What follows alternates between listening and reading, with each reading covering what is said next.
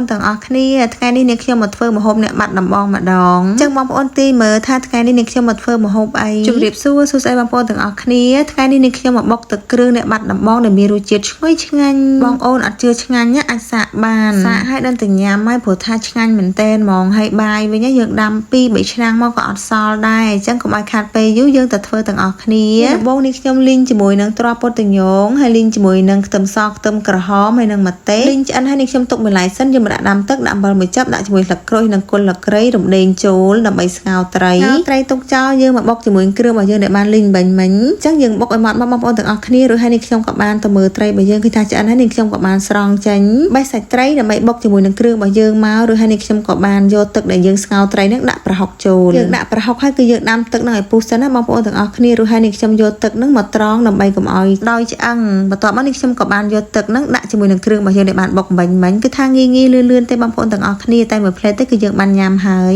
នេះខ្ញុំក៏បានបន្ថែមម្ទេសហ្នឹងគឺយើងបុកផ្សេងបងប្អូនទាំងអស់គ្នាបន្ថែមពីលើមកដើម្បីមានរសជាតិកាន់តែឆ្ងាញ់ហើយនេះខ្ញុំក៏បានហាន់ដែរព្រោះថាបុកវាហឹលខ្លាំងពេកយើងហាន់ខ្លះបុកខ្លះកុំឲ្យបុកទាំងអស់ពេកហឹលណាបងប្អូនទាំងអស់គ្នាបន្ទាប់មកនេះខ្ញុំក៏បានដាក់អំបិលមួយចុងស្លាបព្រាបាយស្ករសកន្លះស្លាបព្រាបាយម្សៅស៊ុបមួយចុងស្លាបព្រាបាយរួចហើយនេះខ្ញុំក៏បានកូរទឹកគ្រឿងរបស់យើងចូលសព្វជាមួយនឹងគ្រឿងរួចហើយនេះខ្ញុំក៏បានបន្ថែមជាមួយនឹងស្លឹកខ្ទឹមហ្នឹងគឺយើងហាន់ឲ្យទូចមកនេះខ្ញុំរៀងធំបន្តិចបន្ទាប់មកនេះខ្ញុំក៏បានដាក់ក្រូចឆ្មាចូលបងប្អូនចូលចិត្តជូរប៉ុណ្ណាដាក់ប៉ុណ្ណឹងមករួចហើយនេះខ្ញុំក៏បានបន្ថែមសណ្តែកដីចូលបុកទឹកគ្រឿងអត់សណ្តែកដីអត់ឆ្ងាញ់ទេណាបងប្អូនទាំងអស់គ្នាឥឡូវនេះខ្ញុំក៏បានដាំទឹកដើម្បីស្រោះនឹងបន្លែទឹកហ្នឹងគឺយើងដាក់ជាមួយនឹងប្រេងឆាបន្តិចមកបងប្អូនទាំងអស់គ្នាដើម្បីឲ្យបន្លែរបស់យើងនៅតែមានពណ៌បៃតងស្អាតឥឡូវនេះបន្លែឆ្អិនហើយនេះខ្ញុំក៏បានស្រោះដាក់ទឹកត្រជាក់មកចឹងបងប្អូនទាំងអស់គ្នាឥឡូវនេះឃើញថាបុកទឹកគ្រឿងរបស់យើងរួចរាល់ហើយចឹងបន្លែបងប្អូនចូលចិត្តបន្លែអីដាក់បន្លែហ្នឹងមកនេះខ្ញុំមានដូចជាផ្កាស្នោមានត្រសក់មានពពាយមានជាមួយនឹងត្រប់ស្រួយមានស្នៀតពោតមានត្រកួនមានជាមួយនឹងស្ពៃក្តៅឥឡូវនេះបុកទឹកគ្រឿងរួចរាល់ហើយដួសតបាយមកបងប្អូនទាំងអស់គ្នាបងប្អូនអើយបើនិយាយពីរឿងរសជាតិវិញគឺថាកប់សាហាវហ្មងឲ្យ10លើ10ហ្មង